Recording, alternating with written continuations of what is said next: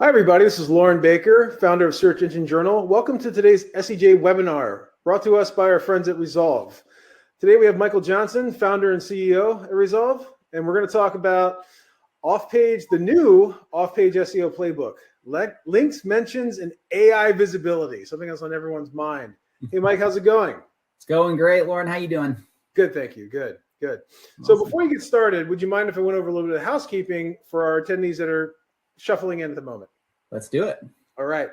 So today's webinar is going to be a presentation format. To answer the question that we get the most, yes, we will be making the slides and the video available to all registrants and attendees after the fact.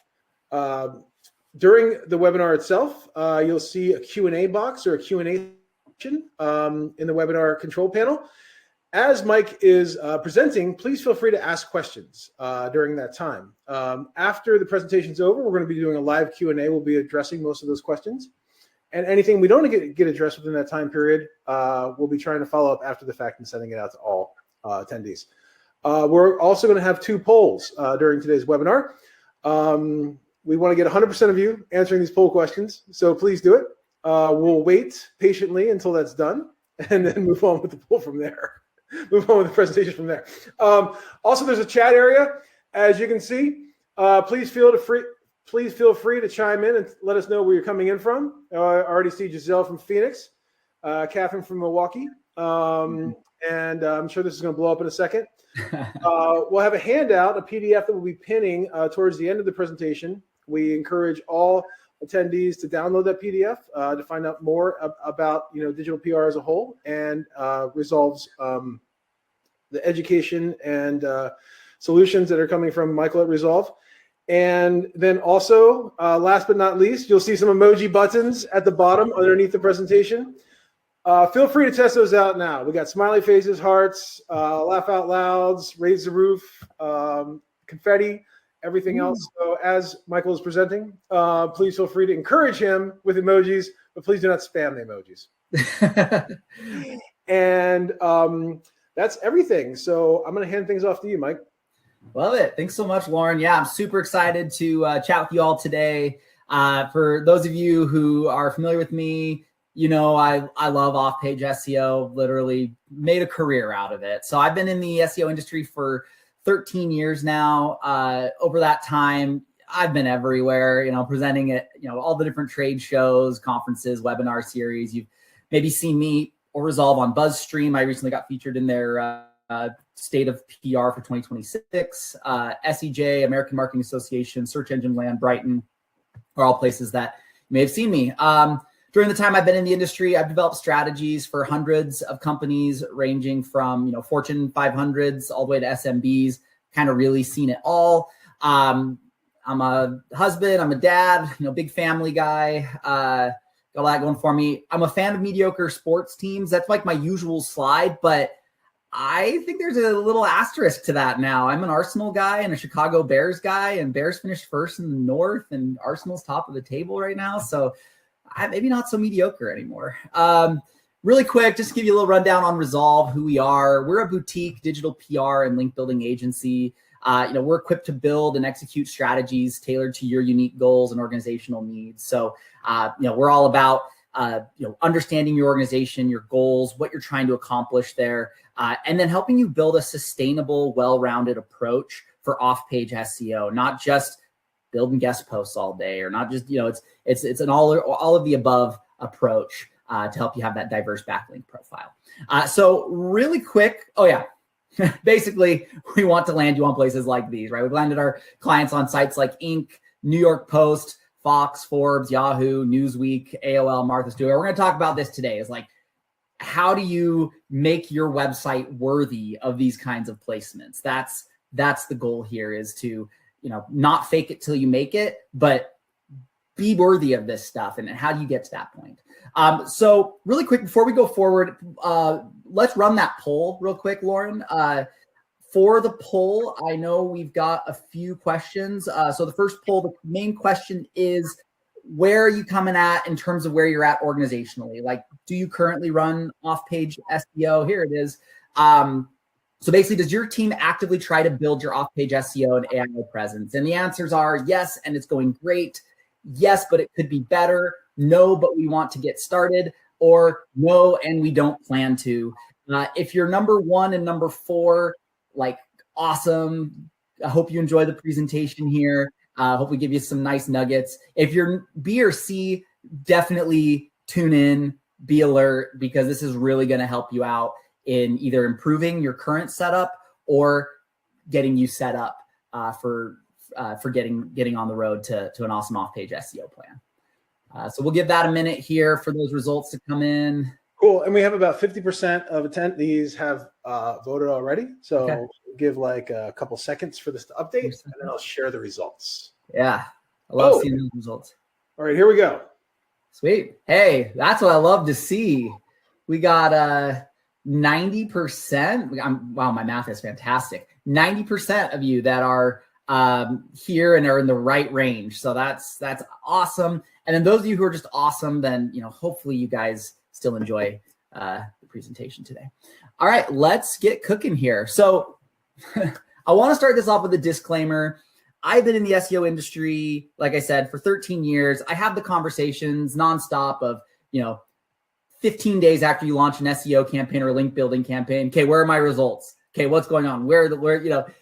If you don't have the ability or patience to play the long game or do things right, this presentation is probably not for you. Digital PR, link building can deliver huge wins, but progress isn't always a straight line. This is something that takes repeated effort and sustained effort over time to get you those results that you're looking for. So like I always say, this stuff happens. And when this happens, we are super excited and we love it. Just going from 0 to, 1 billion. That's awesome. But for every one of those, there's a handful of these, right? You go up, you come back down, you come back up again. But what we're trying to do is create this sustainable up and to the right pattern for your brand. And so having that understanding is huge. So progress is rarely a straight line. You have to be able to allow for an organic approach to function, believe it or not, organically.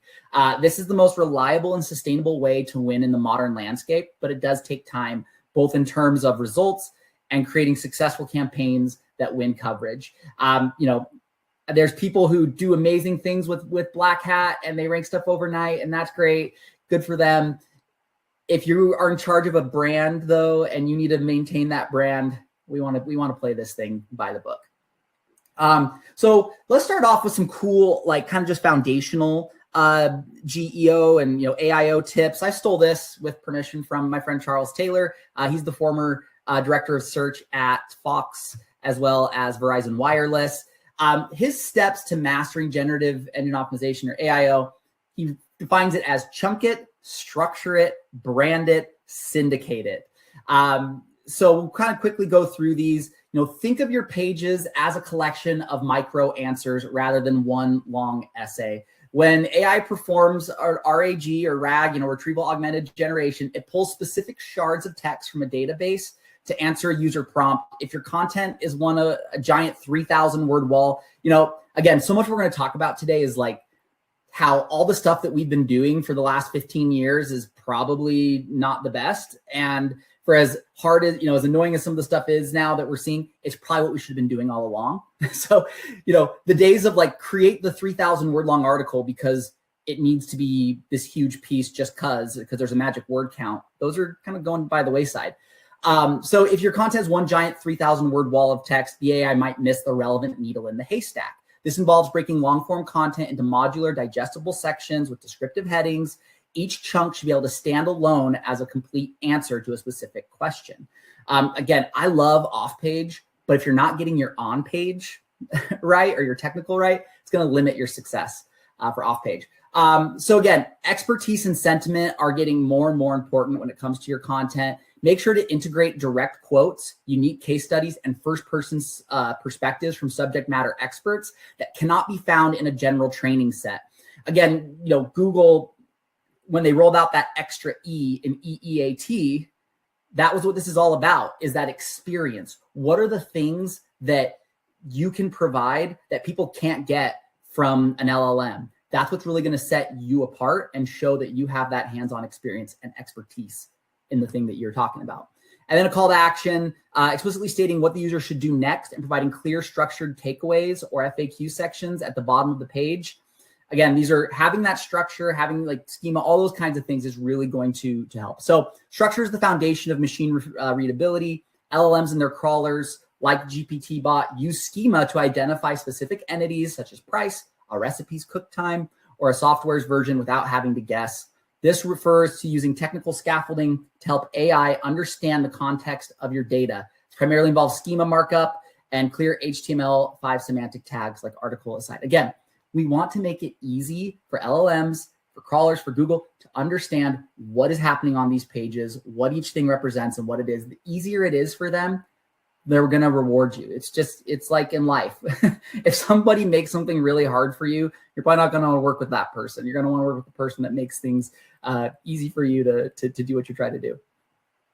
Brand it. Branding in this context is about building topical authority so the AI views you as a primary source. And this is a perfect kind of segue as we start to go in more into this off-page stuff, which is what we'll be talking about today.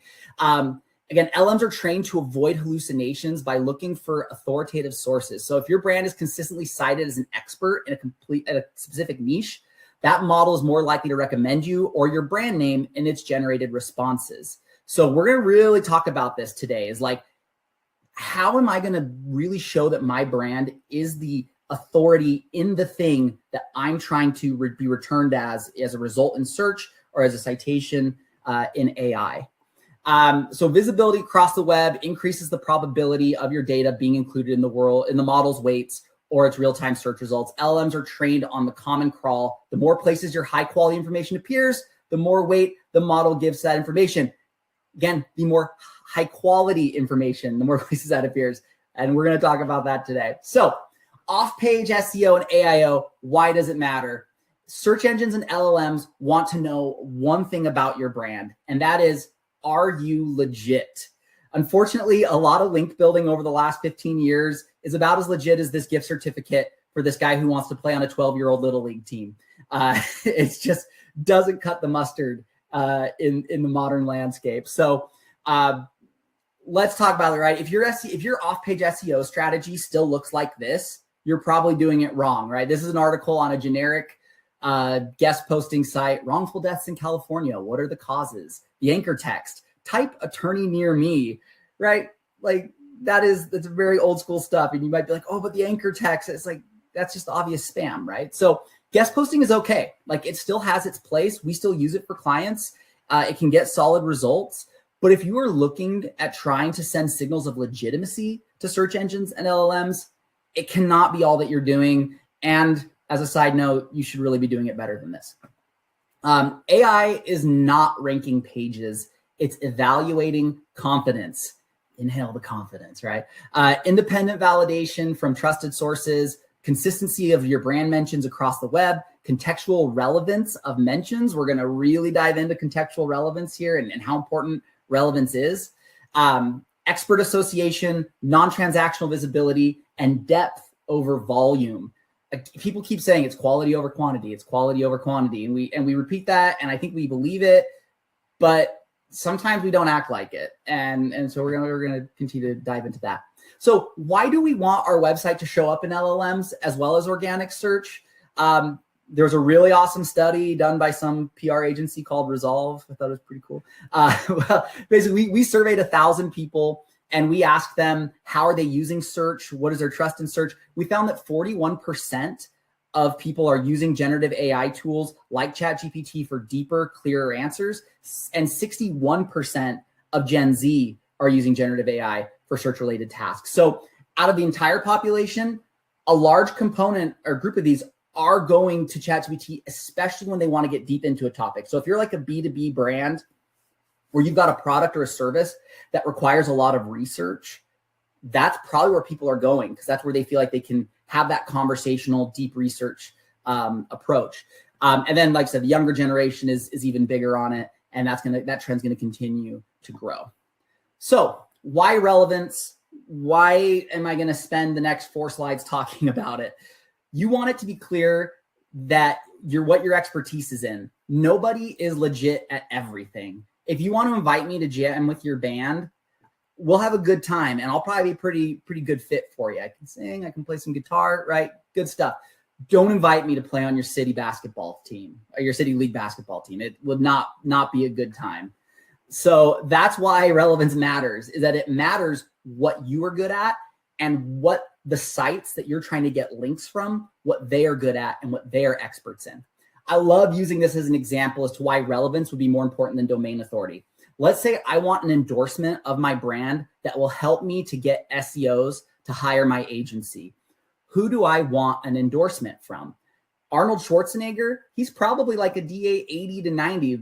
Almost everybody knows who Arnold Schwarzenegger is. Like, he's the Terminator, right? Like, super cool, very authoritative. John Mueller is probably like a DA 17 in the world stage. He's like, he's pretty well known. But guess what? He's very well known in what he does. And if I got an endorsement from John Mueller, that would be way bigger for my agency than an endorsement from Arnold Schwarzenegger. So this is a great example into why we should be thinking about the topical authority and the relevance of who we're targeting and why we're targeting them, rather than simply just the domain authority of it. So why do we do the opposite with our links, right? Let's say you're a liberal arts college in Michigan. Which link do you want? And if you just look at these stats, you're going to say like, oh, littledelightful.com looks great. It's a DR62, has 19,000 estimated SEMrush visitors every month. United for scmi.org is a DR44 with 1,500 estimated search visitors per month, according to SEMrush. Our old brains would say, I want a Little Delightful because look at these stats, right? But not so fast. Let's look at what it's actually ranking for. I'm seeing if I can zoom in a little bit for you guys. I don't know if you can read this very well, but when we look at the keywords each of these sites is ranking for, again, we're a college in Michigan. The other site is the United Way of South Central Michigan. They have a ton of keywords that they rank for in Michigan that have Michigan in them. These guys are obviously an authoritative presence and a trusted presence that is serving the community in that area. They're a legit organization. On the other hand, when we go, and I'll just do this screen share here so you guys see it. What is a Little Delightful an expert in? It says home decor, home improvement, educational content, yet all of their content is just like celebrity profiles on their height and their net worth and stuff like that. And that's all that they rank for currently. So your question probably is, well, gee, why is this, home improvement and home design website apparently ranking for all these keywords? It's because they want to stoke up their rankings and their traffic so they can sell links, right? Surprise, that's what they've been doing. Does that site make you look legit? Nope, probably not, right? Even though it has the nice, metrics and everything, and yes, you might be able to game the algorithm a little bit with it. Long term, in terms of what you're trying to do building a brand and building your presence and legitimacy, it's not going to help you with that. So again, I have been preaching relevance for as long as I can. I gave the same example in a webinar like 5 years ago using LeBron James and right? Like, I've been saying this stuff forever, and we're just now really starting to see this come to fruition and become the way forward. So this is my little I told you so moment.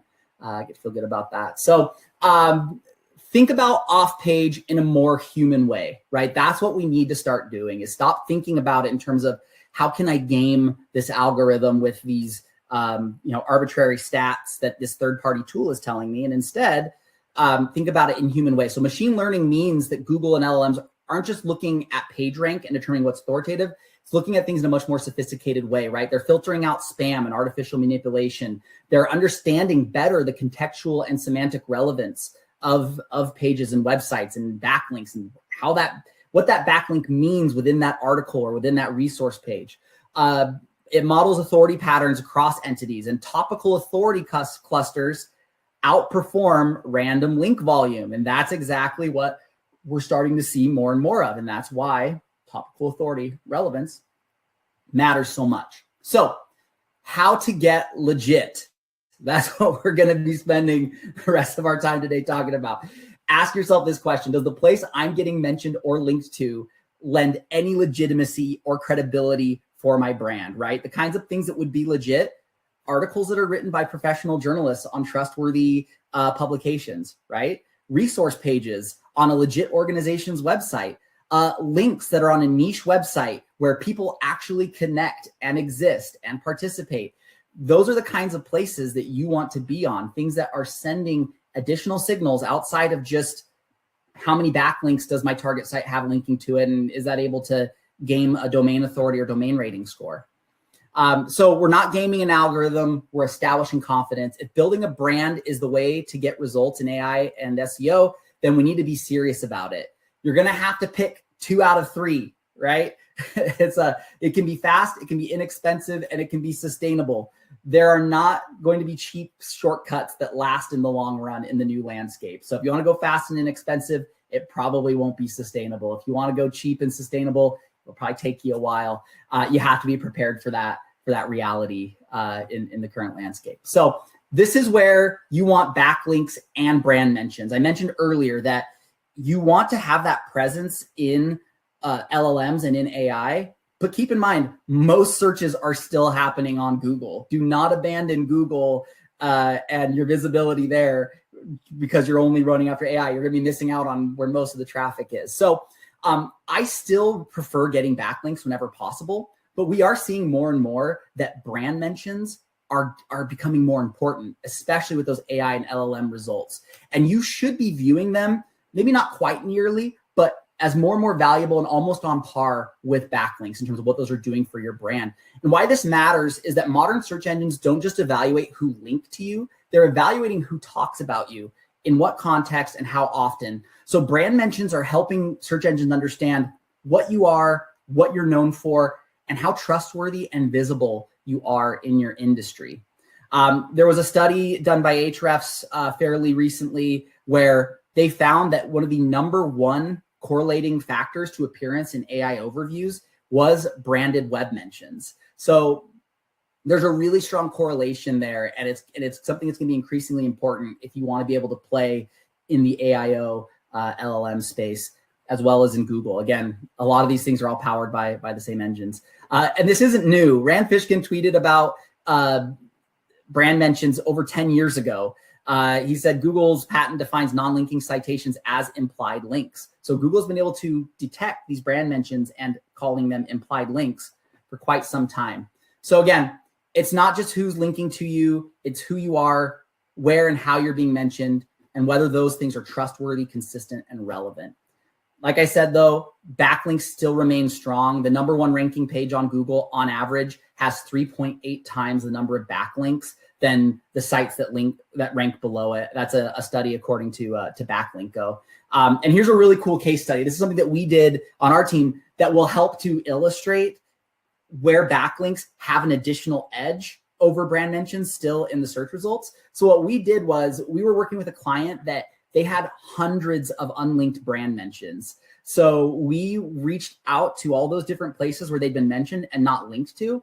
And we tried to see if we could get them to convert those mentions into links that pointed to the main product page that our client was most known for, right? So their brand was kind of known for this main product.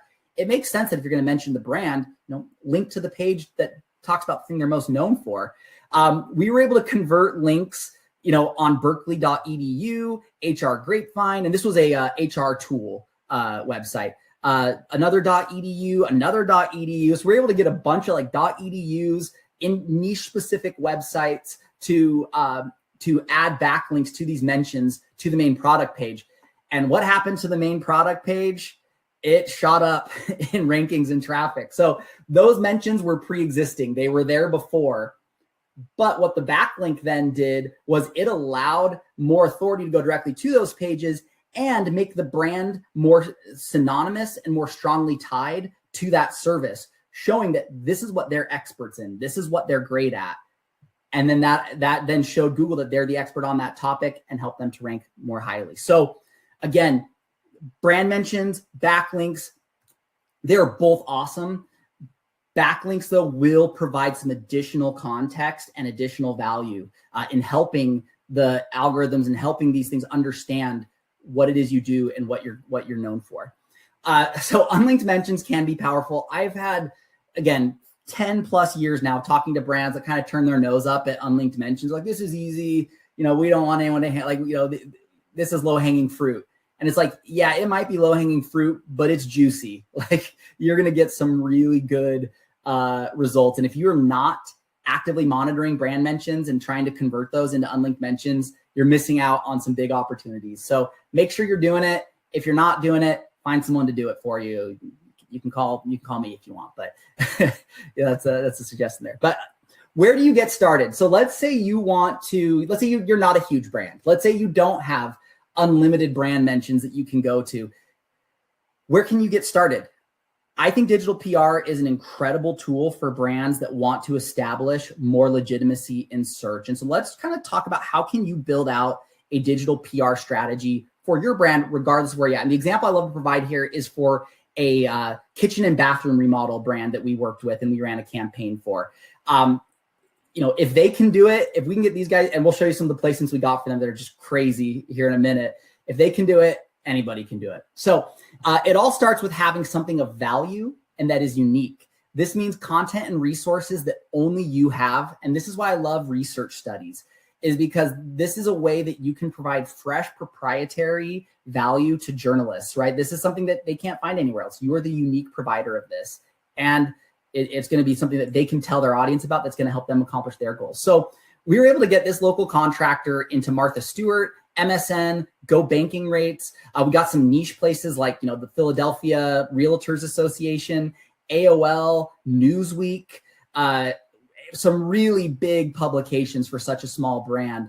And again, they picked this up because we did a survey of 1,000 homeowners to ask them questions. So people who had done renovations in the last 3 years about what their biggest regrets were with those renovations. You know, was it that they went over budget? Was it that they just didn't get the quality of work they were hoping for? You know, what was it? But when you think about all the different ways that renovations tie into different areas of life, you can see how some of these came about, right? Go Banking Rates picked it up because there's a big financial part of renovations. Martha Stewart picked it up because it's home design related, right? So that ties in there. Newsweek picked it up because they wrote an article that talked about somebody who found a 112-year-old treasure when they were doing a renovation, and our statistics just so happened to fit into their article. So really cool examples of how having this high quality data makes your website a good opportunity for journalists to pick up and write about. So again, while having a big, well-known brand provides an advantage, even in digital PR, right? If we came to these studies, came to these journalists with a brand like Angie's List or something like that, it might do better than our local, kitchen and bathroom remodeler. But we still got amazing coverage, even with a small brand. So if your data is compelling, if it tells a story, if it provides unique perspectives, if it shocks, if it solves problems, these are all things that can give yourself a chance to land coverage, even if you're a small fish in a big pond. So the first thing that we need to do is people want to jump right to outreach. Like, oh, what can I start pitching? How can I find these journalists? How you pitch and what you send won't matter at all if you don't have foundationally something that is compelling and that is good and is newsworthy. So start with the headline, not the questions before you write. So we want to create a survey, right? The survey is going to be the base point of our study and of the content of the page that we're going to use to attract these backlinks. So before you start with the headline, not the questions. You want to imagine what the headline would be if your data revealed something interesting, right? So you got to ask yourself some questions. If this result were surprising, would a journalist actually write about it? Would this headline make somebody stop scrolling, right? That's where you're going to have to put yourself in the shoes of the journalist. They're trying to get people to click to read their article. So if you help them accomplish their goal, they're going to be more likely to work with you. So, and then does it tie into a broader conversation or trend? If you can't get good answers to this in terms of the idea that you're trying to come up with, find another idea, right? You have to be thinking newsworthy first. So an example, what percentage of Americans like working remotely? That's probably a little too broad. It's already known. It's kind of bland. However, on the other hand, if your survey revealed that nearly half of Gen Z employees admit they work from bed every day, that's visual, that's surprising, that's relatable. New York Post will pick it up because all the boomers are going to want to click on that and hear about how lazy Gen Z is, right? That's going to be a good headline. Focus on human stories, not brand stories. One of the biggest problems with all off-page SEO, not just digital PR, is that we want to get promotional. We want to think about, how can I sell something right now? That's not why people link. People, if you want to do paid links, then sure, all day. If you want to earn organic links, you need to be thinking about, what is the value I'm providing to these audiences and to these websites. So journalists write about people, not companies. Make sure your survey centers around human behaviors, opinions, and experiences, not your product. So habits, fears, and dreams. 1 in 3 homeowners regret their latest renovation, right? That's kind of like the piece that we came up with earlier. Modern life trends. Most parents now use ChatGPT to help with homework, right? That's something that's interesting. Cultural divides, boomers and Gen Z on financial priorities, emotional hooks. Half of pet owners say they'd go into debt to save their dog. These are all compelling things that either tear at the heartstrings or are shocking, or that, that dive into something that people care about. Design for visual storytelling. Again, visual data is always going to make your story more linkable. So think ahead about, how will this data work? Can it be used in a chart or a graph or a map? State-by-state maps, pie charts, top 10 lists. These are all really good ways to create something that is visual and engaging. And so here's just a few survey concepts. These are like angles that generally work pretty dang well. Generational gap articles, like I mentioned earlier, those work pretty well. Again, people want to know what the youths are up to, or what it is your boomer uncle that drives you crazy is doing. Emotional confessions, what people secretly do or they think about X. That's something that is clickable. Tech anxiety, how comfortable are people with AI replacing their jobs? We did a piece on this. I'll show you in a minute. This probably is a little worn out now. You probably need to get more creative now, but about a year ago, you can get away with this. And we got amazing coverage with that piece. What people regret most about their spending habits. And then here's a bonus one. This one is, the reason why I'm calling this a bonus is because this is kind of hard to do with a survey, but it's really fun to do with Google Trends data or public data. And that's like a regional rankings. Basically the most X states in America, the most state that does this, or the worst state at this, that can create some really good regional coverage opportunity for like local news stations and radio stations and that kind of thing. So an example was in one of our pieces that we did, it was the AI anxiety piece I mentioned. We were able to use Google Trends data to come up with an interactive map that ranked states by their AI anxiety level. And what that then allowed us to do was to get links from local news stations, like this one in Arizona, that picked up the story. They did a video segment about it, and we got an awesome brand mention and backlink there. This is a goofier one that I did a few years back when I was just getting started with doing digital PR. And it was the 10 most Googled monsters in America. So I found out which, according to Google search data, which like state monster, whether it's like Bigfoot or the jackalope, all those, gets searched the most. And I got a ton of news stations and radio stations to pick that one up and link to it. So that can be a powerful route to go.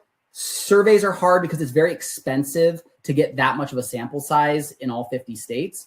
But if you can use Google search data or like public or government data, it's a pretty cool route that you can use.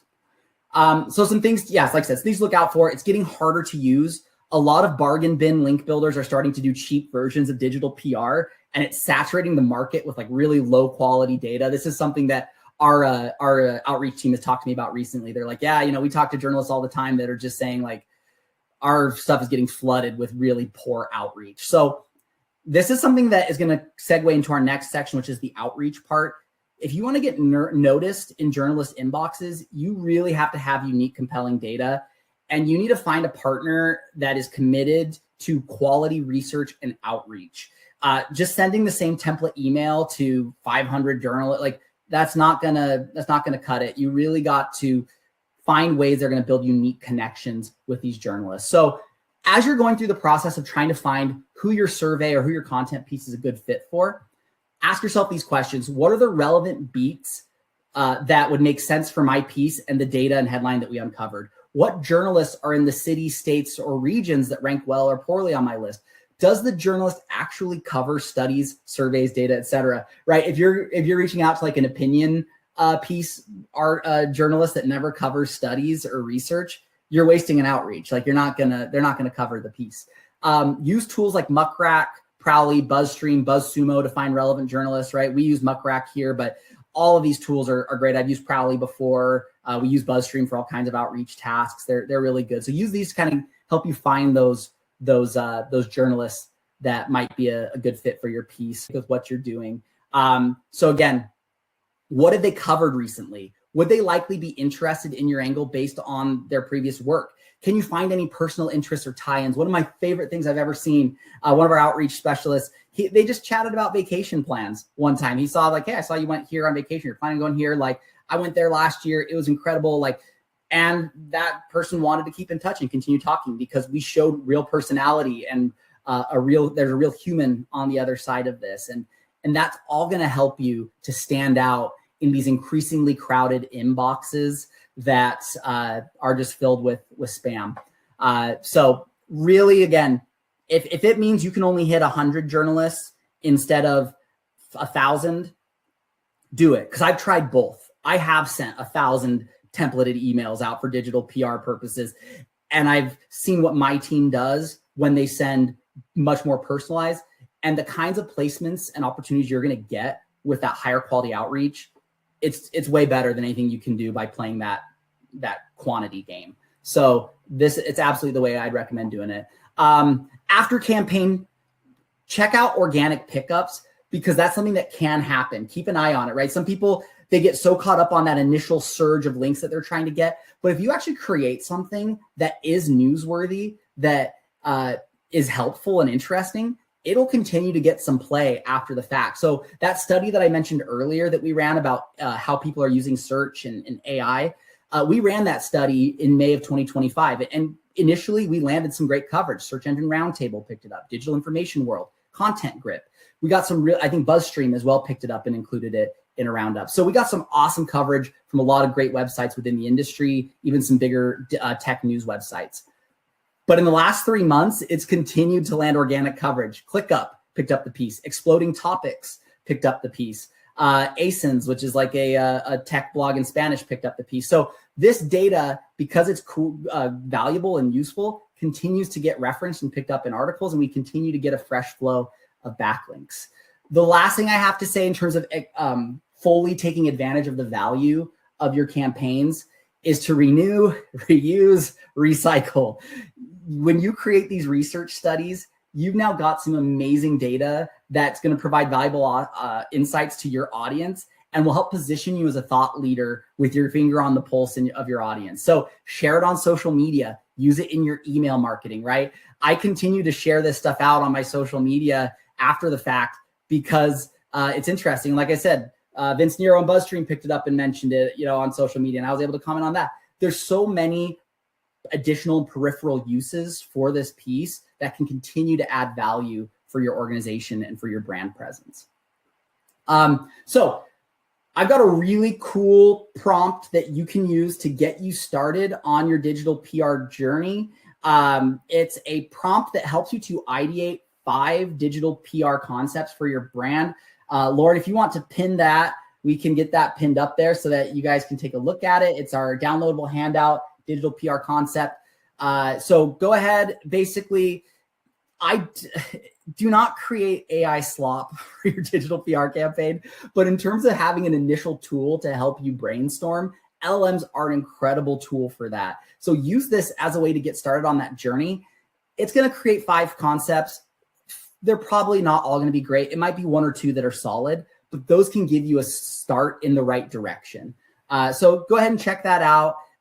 It can, once you get that prompt in, it can start creating concepts just by throwing a URL into your ChatGPT. So hopefully that's a cool little tool for you all. I love using it. It's a cool little freebie that I can send off to folks when we start conversations with people. All right. Last thing here to get the most out of your digital PR campaigns, as well as any link building campaign, is you're going to want to create that linkable content that provides value. If you want this to influence your bottom funnel pages, really make sure you've got your internal linking working for you. That's a great way to funnel authority into those main pages that you want to influence. That's always something I hear. It's like, great, we're getting backlinks, but how do I help my big pages?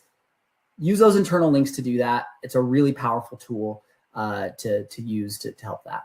All right, so we'll start the Q&A here in a second, but if you do want to connect with me, I'll do the 5 free concepts for you. I'll put together a free link gap analysis of you and your top competitors to kind of show where they're getting coverage from, where they're getting backlinks from. And then I'll jump on a 30-minute consultation with you to show you where some of the best link building angles are for your brand specifically. So the QR code will set you up to schedule that. Feel free to scan that and book some time with me. Would love to chat with you guys and give you that free rundown. If you want to reach out to me via email, my email's here, my LinkedIn's here, my X account. Like I said, some freebies here that are definitely worth taking advantage of. Yeah, and I think that's about all I've got, Loren. I'm ready to jump in and do some Q&A. Awesome. And yeah, the digital PR concept PDF with the prompts has been pinned. So everyone should see it at the top of their screen. Just click on it. It'll download directly to your computer, whatever device you're on, and take advantage of those prompts. Mike, thanks for all of that great information and examples, right? It's great to see real life world examples, and also the differentiation between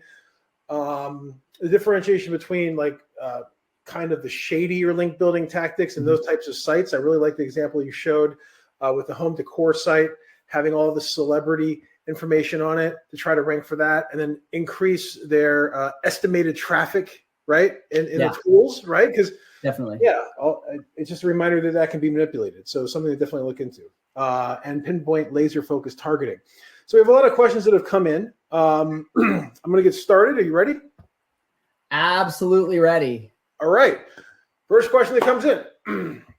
How can I impact my money pages if I'm not building links directly back to them? So this sounds like this individual is getting links maybe to some surveys or some really rich, informative, data-driven content. How does that affect the transactional money pages that actually need to rank? Yeah, great stuff. So I kind of mentioned it on that one slide.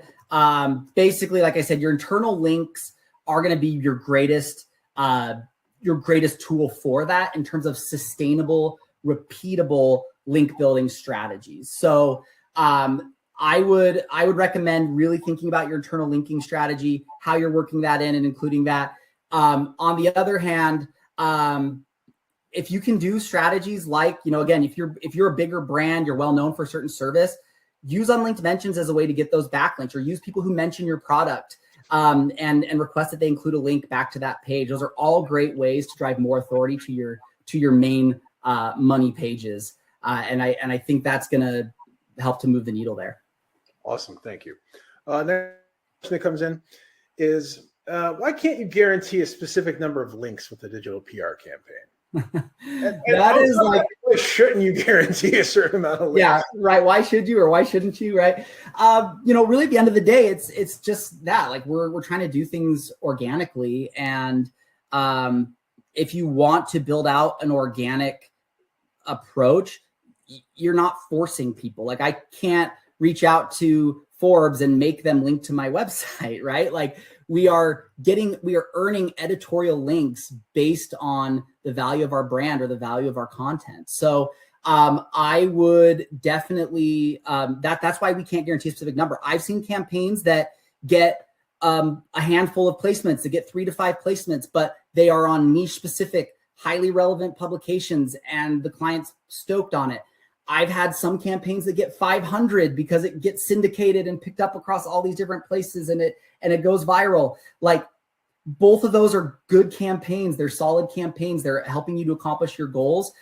But some campaigns are going to go on a little bit smaller of a scale, and some are going to hit on a larger scale. That's why sustainability with your digital PR efforts is so important. I mean, like, I have people who come to me like, hey, we want to try this out. Let's just do one campaign. And that's cool. Like, I'll do a test campaign for you. We'll show you we'll build a campaign out and do it. But for people who are really serious about digital PR and about improving their brand visibility, I recommend having that long-term view and that long-term focus of, like, hey, this is something we're probably going to have to do a few times. We're going to need to create a few studies. And if we have, a couple smaller successes and then one hits big, fantastic. Like, that's the way to be thinking about it. Cool. And I'm going to ask a follow-up question to that. You had mentioned syndication. Mm-hmm. And let's say you get something published on, ink, or let's say like it's a comic book site, right? You do a study about like I don't know, the most popular comic book superhero costumes per state or something like that, or super villain, and then that starts to get syndicated on Yahoo, and that starts to get syndicated in multiple other syndication partners that host site has. Is there value in that syndication from either a traditional SEO link building perspective or an LLM education and AI visual? Yeah, absolutely. Because I've seen like, are you getting the same juice across all these syndications as you did from the original? Like, well, no. Like there's a difference there. But in terms of, again, your brand getting out on the web across different publications, and getting that kind of consistency, and that, like, that's there, and those are positive signals. So yeah, when someone works with us, we're definitely going to be keeping track of and counting syndications. Like, we want to see that, because those are all additional positive signals that are coming in. So yeah, like, is it the same? No. Just like maybe you would prefer getting a backlink over a brand mention, but overall, these are still sending out positive signals. You want these, you want to keep an eye on them, and those are big wins for your brand. Amazing. Next question that comes in is, and you discussed this a little bit, but we'll get into it a little bit deeper. What makes digital PR link building different from other traditional tactics? Yeah, I would say there's a opportunity for, and I hate saying this because I don't ever want to set that expectation that it happens all the time, but it's like the virality opportunity is very different, where, again, if you have a piece that gets published on, so for example, we had a piece that got picked up by New York Post. Because it got picked up by New York Post, then the National Post in Canada picked it up. Because National Post in Canada picked up, it then got syndicated across all the major newspapers in Canada, like the Toronto Post, Edmonton, like all these different places. And that, that happened. And that was an awesome win for the brand and for the client. That's probably not going to happen when you're doing like a one-to-one resource page campaign, for link building. So that is one difference. The other big difference, again, that I would kind of want to highlight between this and, say, like your paid guest posting type stuff that people do, is that these are organic editorial placements. Like, these are places that generally you can't buy a link from. Like, you have to earn this coverage. And Google, again, Google can detect what sites are generally selling links. There's some really clear patterns that exist. And so these types of links are definitely going to stand out more compared to some of those tactics. True. And then also, just to add to that, like when something does explode and goes viral, like you were saying, with like local news sites, or even like I've seen things picked up by one Clear Channel site, and like every Clear Channel radio station's blog has the same story, and they might even read it on the air, right? And then one thing I found too is that, like, that bubbles up to the top. Like, that's just not a link. That's, you're featured on the news, right? That gets up to the C-suite, and that's a success metric that's much higher than any KPI. Exactly. I think you'll get a little more high fives from the C-suite for sure for that kind of stuff. Precisely. Yeah. Okay, here we go. Let's see. How are you using AI in content and outreach, and is it helping? Yeah, great question. So let's kind of go through all of it. Number one, content creation. The way I say this every time is, like, AI is an amazing tool in your tool belt. Like, if you're a carpenter, you need tools to do the best work possible. But if you don't know how to do the work and you don't know what's good, it doesn't matter if you have a hammer and nails and have the greatest, saw out there. Like, the same thing with AI. People who just think, like, I can put in an article title into AI, spit out an article and throw it out there, like, that is not going to help you to get the coverage or create the content that's going to rank, all those kinds of things. So use AI in your brainstorming, use it in your outlining and how you're structuring your article, use it in your research to help you find the best sources possible. If you're stuck in your article, use it to help you compose a couple paragraphs and then go through and rewrite that. These are all really good uses for AI. Just don't, spam it out. And then same thing with outreach, right? Again, use AI to help you ideate the best subject lines possible. Use it to help you ideate a good outreach email and ideas for that and angles that can work for it. But then again, like use your human touch and your personality and your own writing and your own voice to stand out from the pack there. So that's how I always look at it when it comes to how we're using it. I think that in a world that's becoming saturated with slop, people want that human touch, and they want to feel that. Very cool. Very cool. That's a cool name too. Congrats, Cliff Buster. That's awesome. That's super cool. Okay. Next question is, I'm gonna start maximizing all of these so everyone can read them. How many tier 1 backlinks to move the needle? And then how many months do sites typically see results? Not just with the ranking of, let's just say, not just with the ranking of that standalone content piece, but those money pages that you discussed earlier.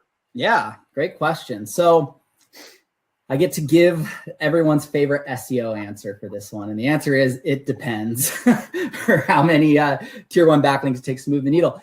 It really does depend. If you're a brand competing in a low competition space and you get the right backlinks from the right sites, that can boost you and set you up for success.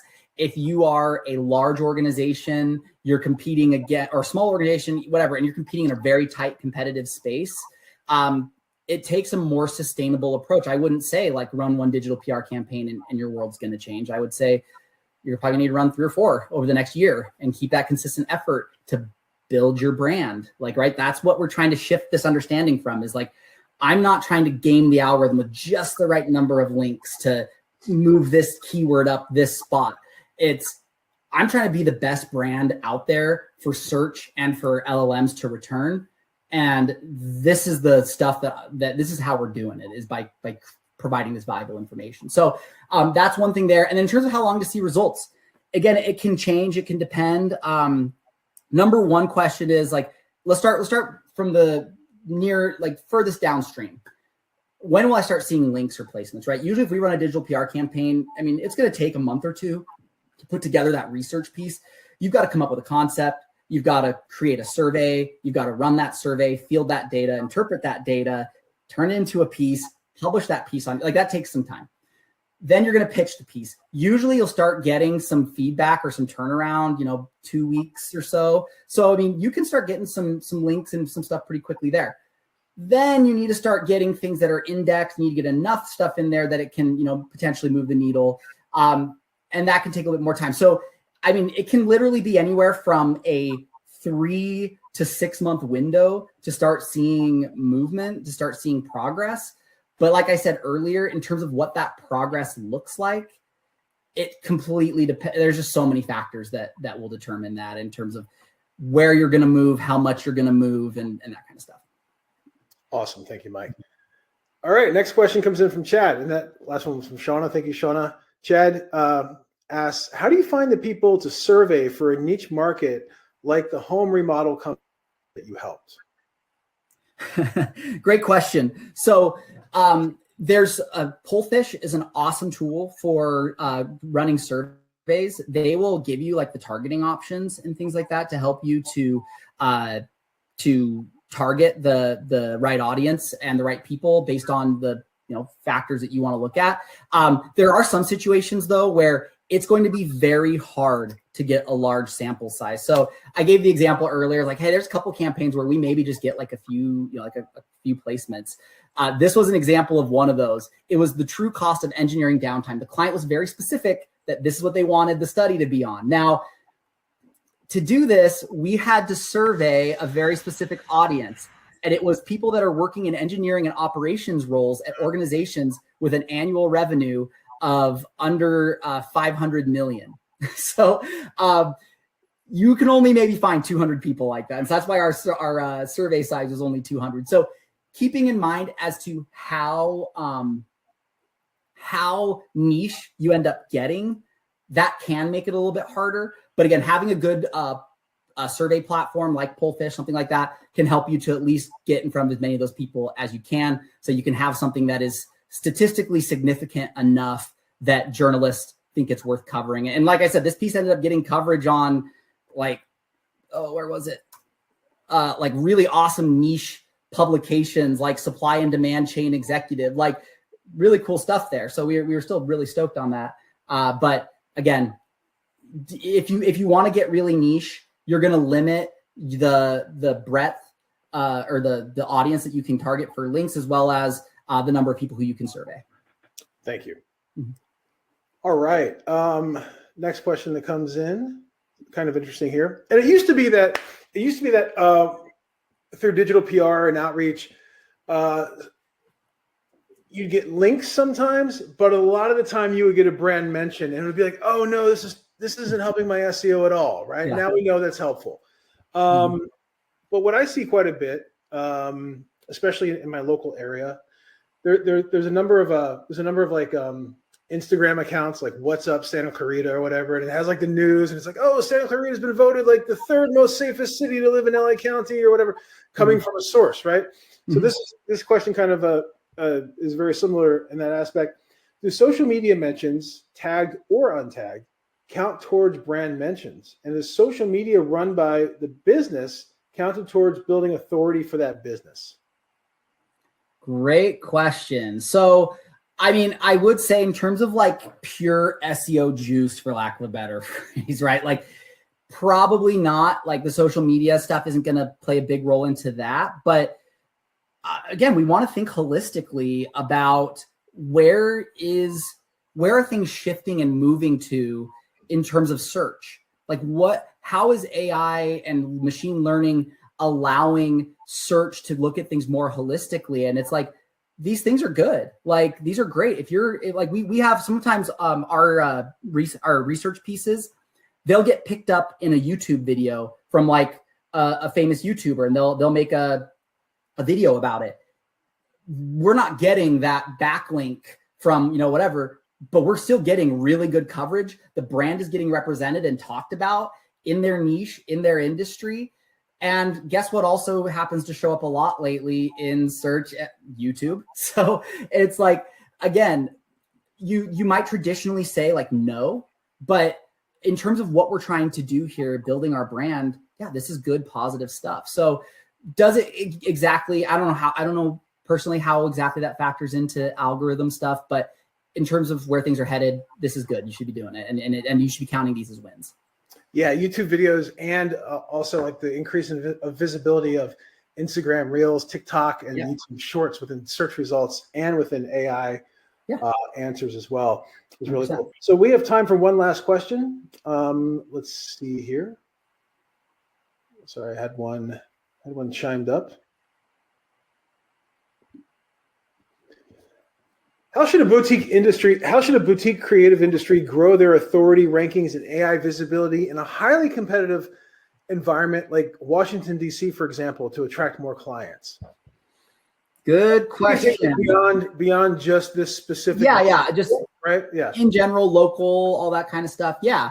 So again, there's the one thing I really want to look at is diversity in our backlink profile.